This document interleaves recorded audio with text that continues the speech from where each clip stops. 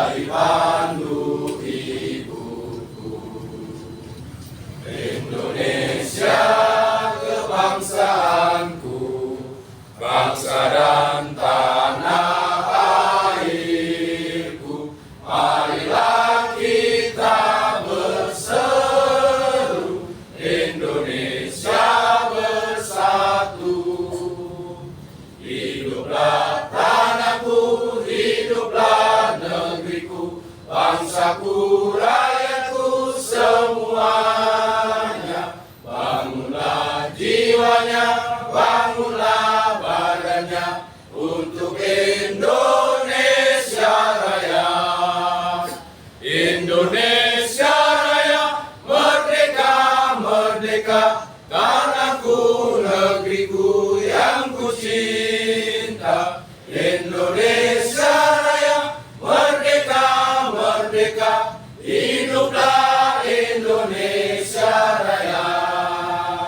Indonesia Raya, merdeka, merdeka, tanahku, negeriku yang ku cinta. Indonesia Raya, merdeka, merdeka, hiduplah Indonesia Raya.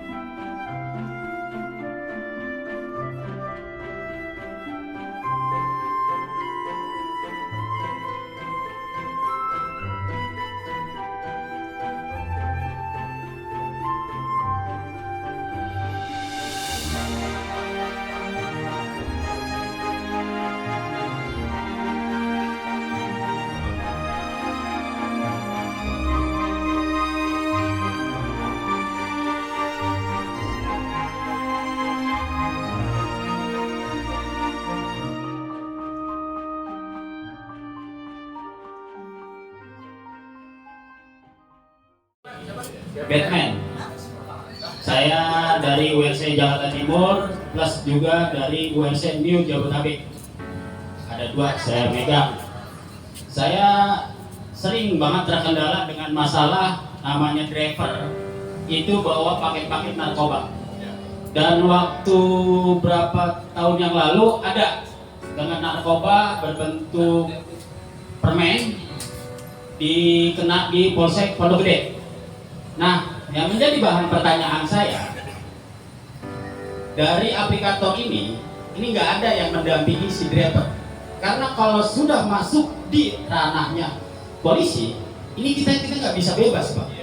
Telepon kita pun kemungkinan besar disadap ataupun diambil karena mau melihat detail-detailnya dia kemana aja.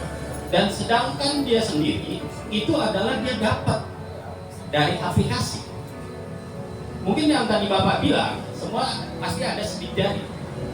Ya, tetapi yang menjadi bahan pertanyaan, kenapa kita pas di dalam polsek ini, ya, kita kok nggak ada pendampingnya? Sedangkan kita udah sering kali, ya, di media ataupun apa, bahwa kita mau ditangkap polisi harus ada lembaga bantuan hukum yang gratis, tapi sampai saat ini belum ada, Pak.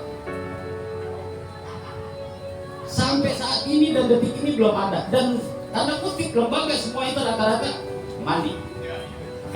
Power is money, Pak, rata-rata. Sama, saya juga ojol. Gitu. Ya. Kalau saya nggak bekerja nggak dapat uang, saya marah-marah sama customer.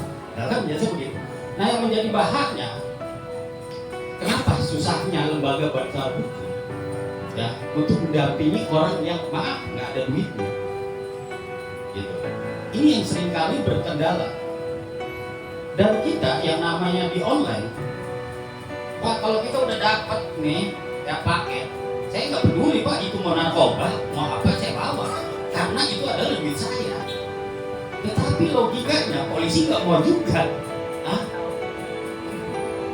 Bahwa lu mau dapat dari mana, lu yang bawa. Dan itu sering terjadi, kita yang di penjara. Sering itu, Pak. Kenapa? Karena banyak manusia yang lugu-lugu itu yang sering kali kena.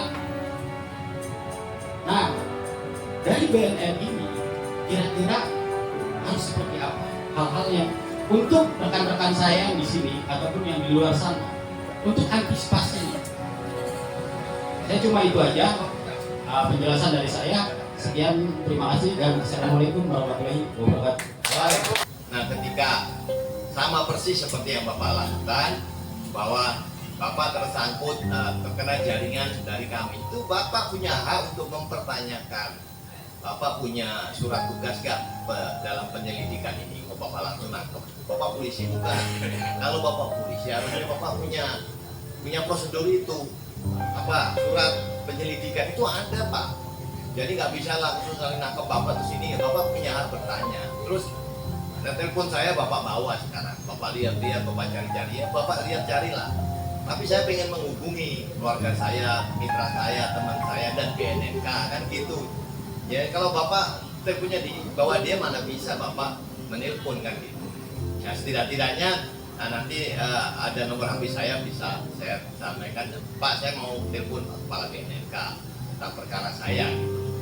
Ya udah, kalau diizinkan telepon saya langsung kirim kasih berantas saya, polisi lawan polisi kan gitu. Coba teliti sana apa. Jadi ketika Bapak ditangkap dengan barang bukti yang terutama narkoba, itu polisinya udah tahu itu narkoba. Kenapa udah tahu? Karena udah diberitahu. Kenapa udah diberitahu? Karena sudah ada diskusi pengen melakukan penyelidikan atas barang itu.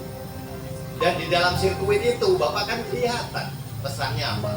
Titik ini saya gojek, titik ini saya bawa, titik ini saya ditangkap. Ya sudah, prosedur itu yang harus diikuti. Bapak pegang itu kronologisnya, Bapak harus pegang. Kenapa? Ya karena memang prosedurnya seperti itu. Saya mengantar barang yang kebetulan ini narkoba. Dan Bapak cek saya tidak ada kejahatannya di HP saya dan sebagainya. Kalau ada sindikat yang Bapak punya daftar dan nomornya ada di nomor HP saya, Bapak boleh mengkonfirmasi itu. Mengkonfirmasi bukan berarti saya jadi sindikat, gitu Pak. Jadi tetap prosedur menangkap penyelidikan, prosedur menangkap penyidikan. Itu ada proses hukum, prosedur hukum, sistem hukum, dan perangkat hukum yang harus diikuti.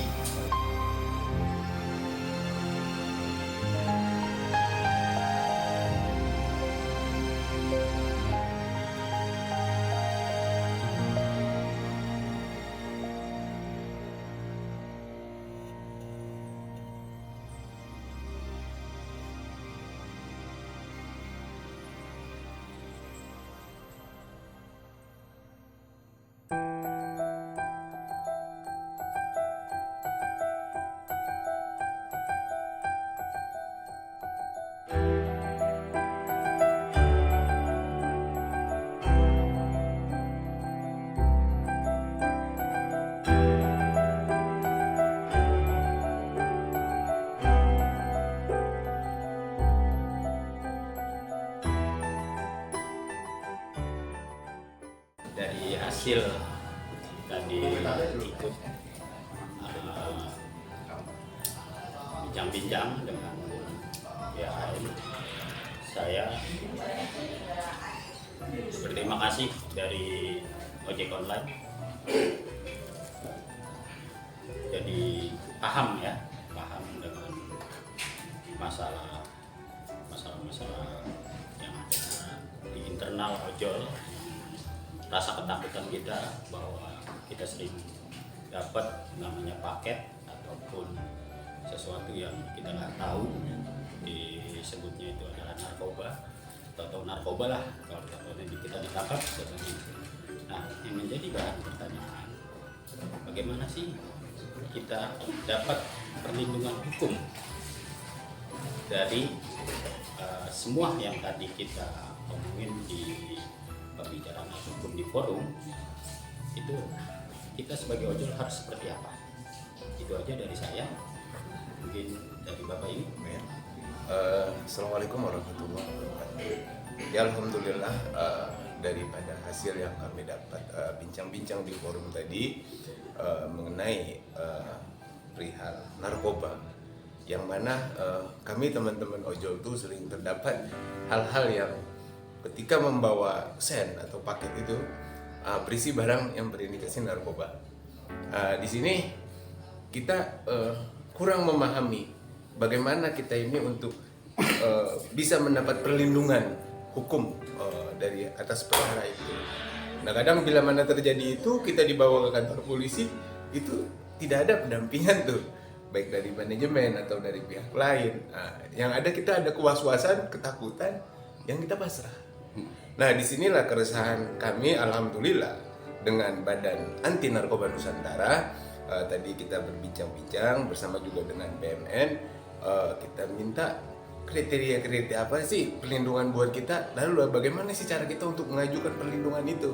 Nah, alhamdulillah ini ada sinyal baik dari BHNN yang insya Allah akan mengangkat perlindungan itu ke taraf hukum untuk masyarakat ojol di Indonesia. Itu alhamdulillah bagus. Itu aja sih yang dari simpel. Kalau hal-hal yang seperti itu banyak kan, karena kita mencari nafkah itu di jalan, dan kita ini kan roda dua. Untuk permasalahan itu paling banyak. Karena satu, kita ini roda dua yang perlu keseimbangan dan fokus. Sedangkan kita seringkali ditabrak ataupun menabrak. Tapi kadang-kadang ya, kita ini nggak pernah melihat yang bawa itu siapa, kita nggak pernah. Karena apa? Rata-rata kita sebagai manusia, entah nabrak, entah ditabrak, itu emosinya duluan. Nah, disitulah yang kadang-kadang berdebat. Tahu-tahu mereka ataupun dia yang kita tabrak itu punya duit, gitu. Punya duit, atau kita ada di polisi, atau kan? Ya karena ini, nah itu banyak. Karena kalau kita di online, kenapa kita berkomunikasi, terusnya bersosial, dan kita ada di wadah?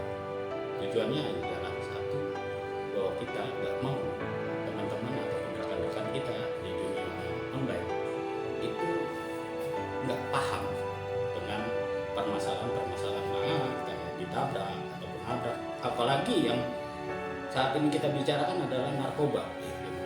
Nah, ini biar kita kasih pemahaman. Nah, saya terima kasih dengan adanya BHNN ini, yang ada anti narkotika Nusantara, bisa mengasihkan edukasi. Gitu. Nah, semoga kita nggak hari ini aja, mungkin nanti ada yang lain-lain, supaya pemahaman ini lebih masuk lagi ke kalangan rekan-rekan yang belum memahami. Karena maaf, kita bukan orang berpendidikan tinggi, Bang. Gitu. Kami rekan-rekan ojol itu bukan, ada memang yang berpendidikan tinggi, ada. Tapi kebanyakan kita hanya bergaul. Tetapi pergaulan ini rata-rata bukan mengenai ranah hukum. Mereka kebanyakan nggak tahu dengan ranah hukum. Saya sendiri pun nggak tahu dengan ranah hukum. Karena belibet kalau ranah hukum harus A, B, C lah apa gitu. Kita orang lapangan ya. Karena kalau namanya di kepolisian, tanda kutip, banyakan orang yang namanya di online ini pendidikannya kurang dan pemahamannya kurang. Itu aja yang saya bisa tahu ya, karena sehari-hari saya juga dulunya memang saya adalah bajingan. Tetapi pas di online inilah Alhamdulillah. bajingan itu tahu berguna. Berguna ya. Iya, benar, karena apa? Kita bergaul di jalanan, ya kan? Tapi akhirnya orang-orang yang nggak memahami tentang jalan, tongkrongan ataupun apa, akhirnya mengetahui. Itu aja kalau saya sih. Mungkin ada tambahan dari Bapak ini. Ada sedikit. Kalau untuk permasalahan ojol di luar lapangan itu jangan solo komplek. Jadi kadang kita itu bergesekan tuh dengan kendaraan-kendaraan lain ya. Bahkan dengan customer sendiri yang tidak sopan. Nah kita ribut sama customer. Wah, customer ini dilindungi banget nih sama manajemen. Kita ini mau bener aja ada salah kita nih. Nah itulah yang perlu kita tuh perlindungan tuh di situ. Jadi mitra ya. Kita minta tuh edukasi semacam itu ya kan. Nah saya harap BANN ini bisa meluas perlindungan terhadap ojol. Jangan Ya jadi bukan hanya narkoba sekedar aja. di narkoba. Itu loh. Karena memang kita seperti yang Mbak Memen bilang, latar belakang pendidikan kita itu relatif gitu. Dari SD mungkin sampai perguruan tinggi gitu. Dan kontribusi di ojol ini ada beberapa aspek yang di situ problematik masalah, ada aspek militansi, aspek koordinasi, bahkan aspek sosial kemanusiaan. Itu banyak masalah gitu. Nah, jadi itulah permasalahan-permasalahan itu yang kadang-kadang kita buta nih untuk persoalan hukum. Nah, tolong dibantu kita untuk memberikan edukasi tentang hukum ya, tentang apa, wawasan lah yang supaya kita dibangun pengetahuan kita, pengertian kita, pemahaman kita. Untuk intinya keselamatan diri kita juga dan teman-teman. Itu aja sih. Ya insya Allah ya nanti kita bisa koordinasi dengan teman-teman ya atas kelemahan. Ini banyak kelemahan kita ini sebetulnya dalam sisi ini ya. Dalam aspek itu kita banyak kelemahan. Kita ini cuma dapat tarif aja sih sebenarnya ini. Tapi kalau untuk ini lu banyak tuh. Ya, Banyaklah kekurangan ini kita. Jadi gini, kita nih driver cuma tahu argo. Iya. Gitu loh. Tetapi dengan edukasi kayak gini, ya kan, banyak kan mungkin orang yang punya berpendidikan tinggi paham, dan banyak juga masalah pribadi mereka pun nggak mau diutarakan. Tetapi dengan adanya edukasi gini, mudah-mudahan dengan hal-hal yang seperti ini yang seharusnya dia hanya dengan ego, ya kan, mungkin kita bisa untuk gabungkan pemikiran. Karena gini bang, di ojol ini kita ketemu udah gede, ego sama pikiran udah pasti berbeda, gitu loh. Cuma hanya kita melihat itu dari karakter inilah yang akan kita lihat, karena biar kayak apapun kita masuk ke kalangan seperti BANN ini harus kita obrolkan dulu, kita koordinasi dulu enaknya seperti apa. Karena mohon maaf, dalam namanya aplikasi kita ini ada beberapa persyaratan bahwa kita di ojol ini nggak boleh masuk di dalam tahap yang hitungannya partai ataupun politik. Tetapi di kalangan ojol ini ada yang bermain yang seperti itu. Kita juga bukan orang yang munafik yang harus dekat sama orang A, dekat orang B, ataupun sama pihak aplikasi. Kita bukan orang munafik, karena kita sama-sama mencari informasi untuk bukan saya sendiri, tapi buat rekan-rekan. Bagaimana caranya? Karena apa? Ojol ini belibet, Bang. Dengan kita ketemunya besar, gitu, udah gede, udah berumur, dia selalu berpatokan, gue ini benar, dan gue nggak mau salah, dan selalu bawa-bawa kawasan, lingkungan, wilayah. Itu saya seharusnya nggak berpikir yang kayak gitu. Nah, karena kita ketemu udah gede ini, ego sama pikiran ini, mereka nih masih seperti yang dulu gitu. Dan dia nggak tahu bahwa lu tuh bukan lu doang sendiri gitu. Ini ojol ini adalah berkomunikasi, bersosialisasi, dan bersilaturahim yang akan menjadikan persaudaraan. Tapi mereka ini kebanyakan adalah ego yang berpatokan dengan dirinya sendiri. Nah, boleh, tapi saya adalah WRC Jakarta Timur. Saya selalu memberikan saran ataupun pengertian kepada jajaran saya selalu bilang, kau disiplin dulu keluarga, diri sendiri baru orang lain. Karena biar kayak apapun, lu namanya di jalan, orang lain akan ngebantu. Tapi dari semua itu balik lagi, siapa sih kita? Dulunya apa kita? Itu aja. Harapan kami ini dari ojol ini supaya dari BANN bisa memberikan arahan dan bimbingan ya untuk terkait dengan persoalan-persoalan kita di lapangan. Karena memang itu tadi bilang bahwa latar pendidikan kita itu relatif, ada yang ini nggak paham soal itu bagaimana cara penyelesaian solusinya seperti apa. Nah itulah yang kami harapkan bahwa BANN bisa memberikan itu edukasi ya, bimbingan, arahan seperti apa di lapangan agar ojol lebih cerdas, lebih mengerti untuk menyikapi sesuatu di lapangan. Itu aja dari saya.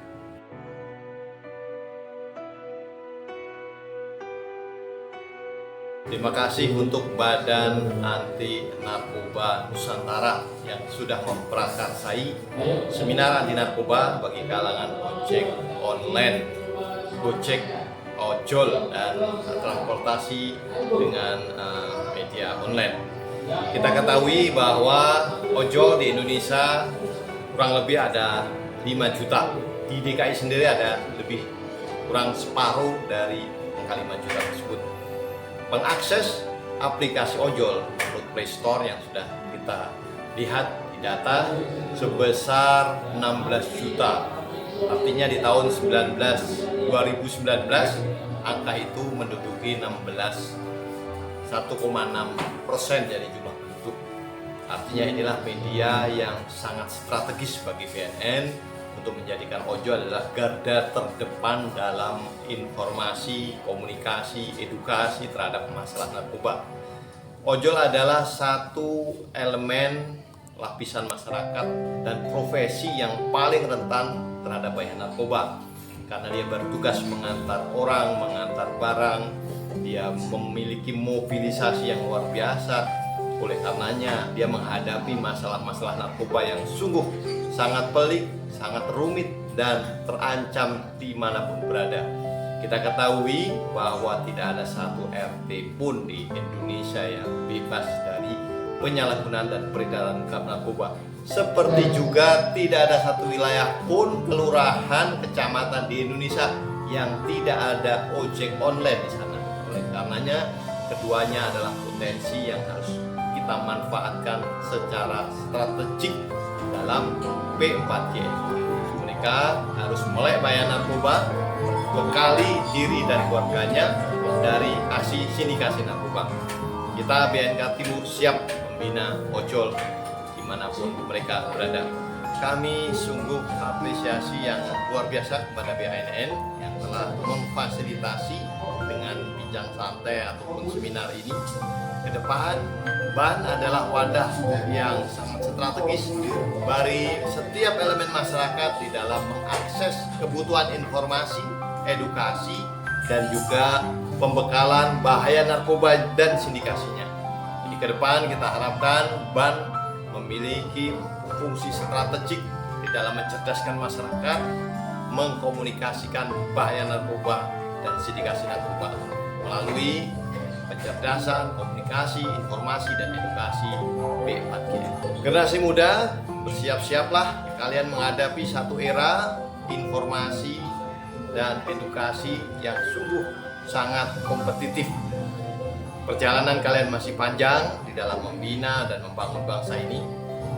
Jadilah pemuda generasi milenial yang sehat, bersih dari narkoba, dan tetap mengakses bahaya narkoba dan sindikasinya, karena mereka tidak akan pernah hilang di muka bumi ini kecuali kesadaran kita untuk senantiasa hidup bersih dan tanpa narkoba.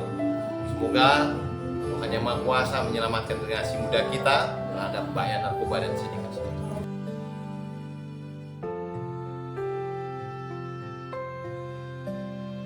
Salam untuk seluruh bangsa Indonesia.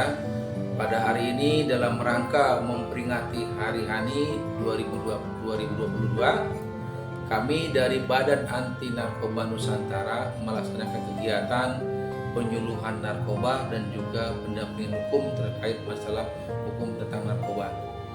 Dalam rangka memberikan pencerahan kepada para ojol, karena ojol ini sangat rentan sekali dalam persoalan narkoba dan hukum narkoba terkait pekerjaan mereka di lapangan sebagai pengantar atau driver untuk mengantar barang dari satu tempat ke tempat lainnya, ini cukup rawan.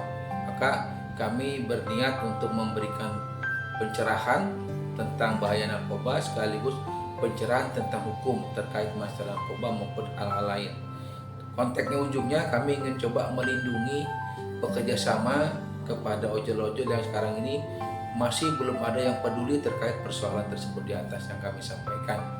Itu tujuan kami dengan mengundang ojol, dan mudah-mudahan ini bukan yang pertama dan yang terakhir. Kami akan terus lanjutkan, kembangkan kepada wilayah-wilayah lain. Sementara sekarang ini kita hanya mencakup dari wilayah Jakarta Timur dan sekitarnya. Ini pun hanya sebagai ketua-ketuanya yang kita hadirkan.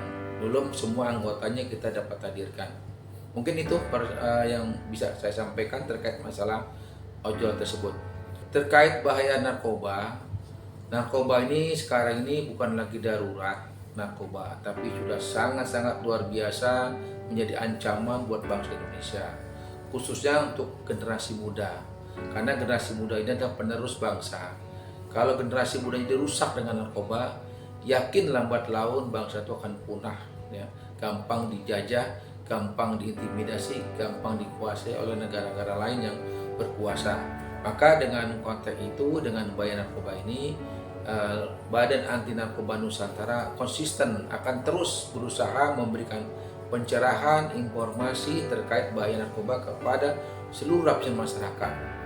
Kita hanya berusaha untuk mencegah. Tidak bisa kita melawan para sindikat atau bandar narkoba. Mudah-mudahan dengan melakukan pencegahan yang kontinu, yang konsekuen dan terus menerus, semua lapisan masyarakat, insya Allah pasar akan lebih sempit. Masyarakat akan sadar dengan bahaya narkoba, maka masyarakat tidak akan lagi memakai narkoba. Dengan tidak akan adanya permintaan yang berkurang, saya yakin maka bandar-bandar akan sendirinya akan berkurang, tidak akan lagi melakukan bisnis narkoba. Kalau permintaan semakin besar dan masih besar, saya yakin secara bisnis masih menggiurkan, maka masih banyak orang yang mau bisnis tentang narkoba. Itulah yang concern kami, ya. Kami berusaha untuk melakukan pencegahan. Kami ibaratkan narkoba ini kayak sebagaikan rumah yang terbakar, ya. Kalau rumah yang terbakar itu tidak mungkin hanya pemilik rumah yang bisa memadamkan api tersebut. Maka masyarakat sekitarnya harus bergotong royong untuk memadamkan api tersebut. Begitu narkoba, harus bersama-sama memadamkan api, memadamkan tentang bahaya narkoba tersebut disampaikan ke masyarakat. Juga harus bersama-sama semua stakeholder yang dari atas sampai bawah harus bergandeng tangan untuk konsisten melakukan pencegahan, menyampaikan tentang bahaya narkoba kepada masyarakat.